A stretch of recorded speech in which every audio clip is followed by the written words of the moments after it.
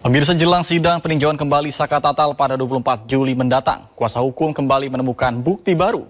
Selain itu, kuasa hukum Saka Tatal juga mendatangkan sejumlah saksi ahli dari Jakarta.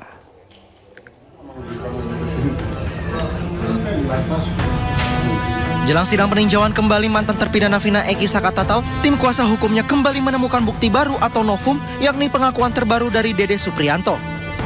Menurut kuasa hukum Saka Tatal, Dede mengaku kesaksiannya di BAP pada tahun 2017 lalu adalah perintah Aep dan Ibtu Rudiana. Pengakuan terbaru dari Dede di podcast Deddy Mulyadi itulah yang akan dijadikan bukti baru dari pihak kuasa hukum Saka Tatal.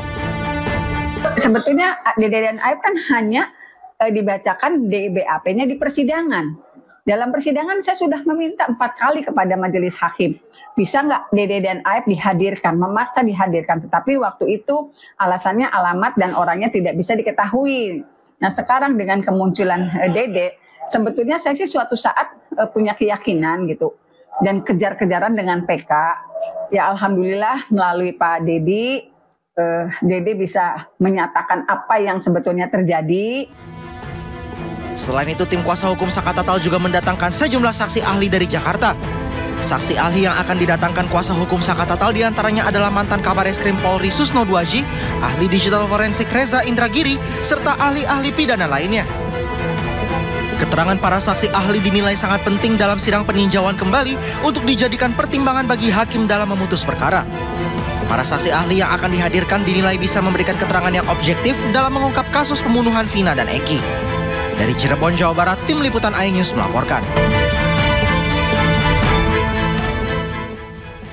Sementara itu, pemirsa, Lembaga Perlindungan Saksi Korban atau LPSK memberikan perlindungan kepada Saka Tatal dan keluarga Vina dalam kasus pembunuhan Vina dan juga Eki. LPSK juga menemukan dugaan penganiayaan dan pelanggaran dalam penyidikan kasus Vina pada tahun 2016 silam. Permohonan perlindungan dari keluarga V, 5 orang, apakah itu inisial DO, MR, SA, SK maupun SL, berupa program bantuan rehabilitasi psikologis. Dan ini juga kita kerjasamakan dengan Pemprov DP3 AKB Provinsi Jawa Barat melalui UPTD PPA Provinsi Jawa Barat. Kemudian LPSK menolak permohonan 7 orang AR, SU, PS, MK, RU, TM, dan FR dengan pertimbangan karena tidak memenuhi syarat pelindungan yang dimaratkan dalam pasal 28 ayat 1 Undang-Undang 31 2014. Khusus terkait dengan permohonan ST, LPSK memutuskan menerima permohonan yang bersangkutan, pemenuhan hak prosedural dan rehabilitasi psikologis.